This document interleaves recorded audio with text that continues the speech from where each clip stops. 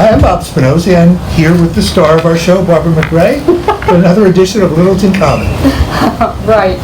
And you know, Bob, the coronavirus is still with us, and it's still in our way to get close to our friends, and but we're still practicing the social distancing, and here we are, not as close as we usually are on camera, but still, at least we can see each other here. And we decided that today, Nancy and Bob and Alan and I would have lunch, and we're having it together apart by the pool. And I have to say that it did bring out our creativity, and it's bringing out the world's creativity, especially, you know, when you hear about weddings and birthdays and births and any parties like that where we can't have these huge gatherings anymore, you have to be creative. And one of the things is Barbara Cam celebrated her 90th, and I think I can say that on camera because it was a big deal. We celebrated it by having the firemen, the police, and about 40 cars of people come by her house and wave to her and wish her happy birthday. So you drove by the front of her house? Right. We left from the school, Shaker Lane School, and drove down, you know, she's on Goldsmith Street, past Ann Sweat's house because she had surgery a few days before, and we wanted to wave to her and welcome her home. So we went by Ann Sweat's house and waved to her, and she was there in her doorway. And then we drove on to Barbara Cam's house and waved and wished her a happy birthday. Her family had come from different parts of Massachusetts, but everybody stayed in the cars and just waved and said happy birthday, Auntie and Barbara and everything. And Barbara said it was so fun for her. She didn't think she was going to have a birthday party. And as it turned out, because of being creative, like people are doing, this happened, and she said it took her 2 days to come down off the high she was on from everybody being there to wish her a happy birthday. I thought that was so cool. But in the meantime, what have you been doing during this time? It's been a long road, hasn't it, Barbara? We're in the middle of May. We started about the middle of March. And, you know, honestly, things have gone fine. You know, we've been in normal routine. A couple of the newer things that we've been doing. I'm now reading on electronic, reading books electronically on my tablet. Yeah. Something I never used to do. And I really like it a lot.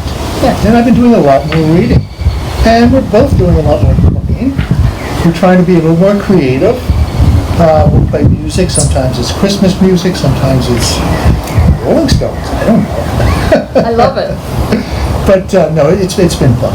Yeah. And also the eating. I think Alan also mentioned this before we started taping here, that we're trying to do takeout food to help the businesses a little bit. So we might do that. We are doing it once a week. Yeah, we do that too.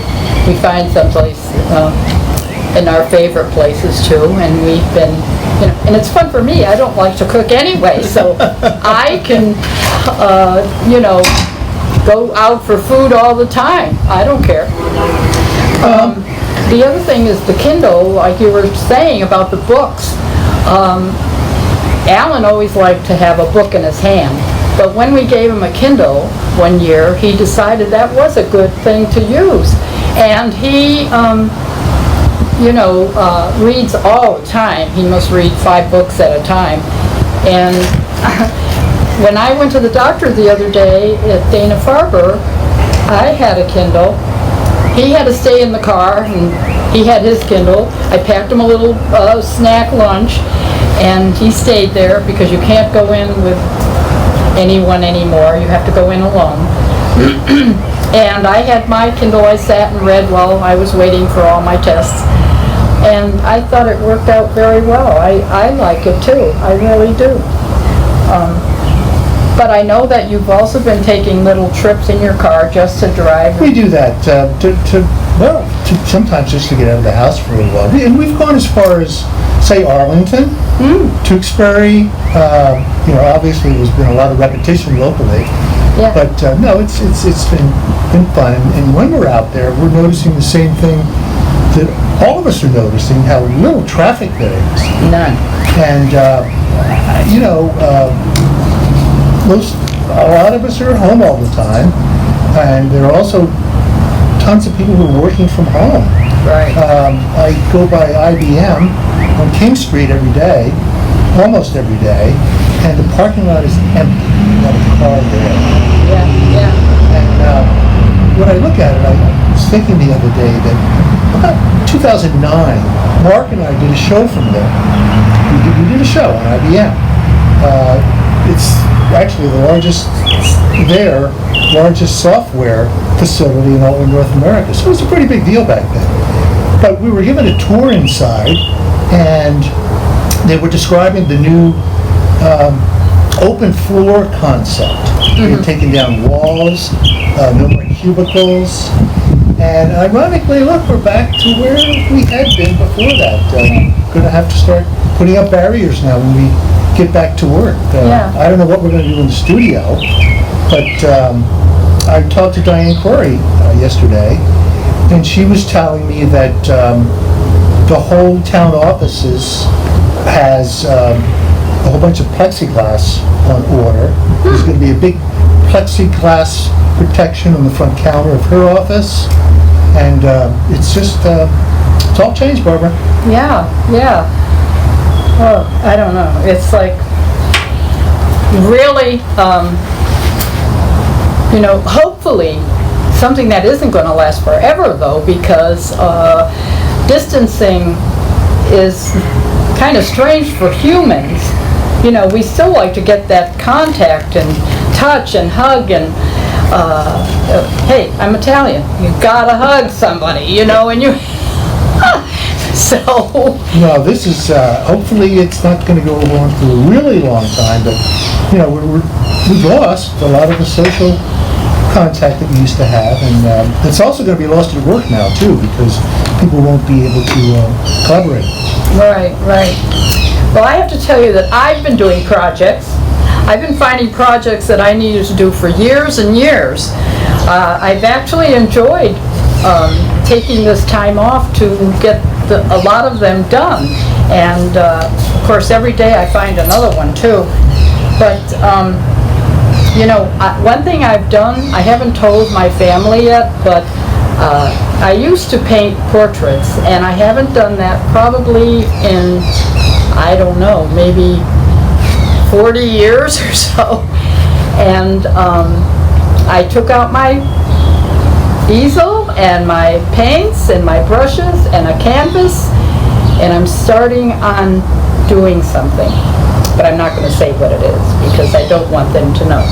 But anyway, that's what I've been doing, and of course my yard has been benefiting from this too, because I love working outside, and if the weather's like this all the time, why not, So I want to make sure that I keep going. I'm okay going back to help the Council on Aging, and of course be in the studio, but I have enjoyed being home too. By the way, we're not, I asked Diane if there was any guess as to when the town offices were going to reopen to the public. Nothing pending or... No? Don't mention it. They have to get the protective barriers up first, and then go from there. Well, I want to see what's going to happen with shopping and, restaurants and the 4th of July. That's coming up, and any other holiday. And what about Santa Claus? Yeah, and the past holiday, the holiday that we just celebrated here in May, Memorial Day. And, it has a little more meaning this year because we have another set of heroes, so healthcare providers and all the dedicated workers who are working front line in this coronavirus battle. Right, yeah. We want to remember too, Amy DeMichael, because she is our outreach worker for the Council on Aging, and I hear that she has been calling the seniors and seeing how they're doing. And those that are alone, I think I want to thank her too for that. That's a great, it's very appreciated, I know. And we have a little bit of a special relationship with Loaves and Fishes in Devens, and they just announced that they've got another 120 volunteers to offer their time and assistance to work there. They're still going, they were closed down for a while, but they're going full blast now, helping out families that are in need of food. Great. Yeah, they definitely are a big asset. I'm starting to think about fashions and what will we be looking like when this is over. Are we going to change our style? And of course, you know me, I'm never without a scarf. So if I have to wear a scarf, I just lift the thing up and there I am. I'm ready to go. Well, you're a regular fashion plate. In your younger years, you worked for a company, or you made patterns? Condé Nast Vogue patterns. Yeah, that was good. Well, I liked it because I could get all my patterns free. But there's a company that we'll be seeing fashions coming that are gonna. I mean, how much will we cover? It's like the girls want to uncover these days, so they're going to have to cover up. I don't know if they're going to like that very much. But Barbara, bring up another point. How are people going to start? Are there going to be any changing patterns of dressing? And I imagine there will be, because so many of you are working from home, and I guess we're finding out that companies haven't lost any efficiency during all of this. Wow. But you're also not going to be getting dressed up and going out as much. I hate to make it sound so simple, but I can't think of another way to put it. Well, I'm not going to lunch with my husband on a virtual screen. Sorry. I'm going to the restaurant with him. Getting that good food. It's amazing to me that science fiction movies, if you watch science fiction, you might as well decide that's what's going to happen, because they seem to know more about what's coming up than the scientists do. So, I don't know, watch more science fiction and then you'll know. Watch Star Trek and all that, and then we'll know what's going to happen. I want to say something to my sports fans out there. In normal times, the NBA and the NHL would be in their playoffs right now. So there's still no decision on what's going to happen in the future. They are going to try to salvage something to get into the playoffs. But better news about baseball, there's probably a good chance it's going to start in the July time frame. No fans in the stands, a total realignment. Going to be all the teams in the Eastern Division, for instance, in the American League and National League, are going to be in one league.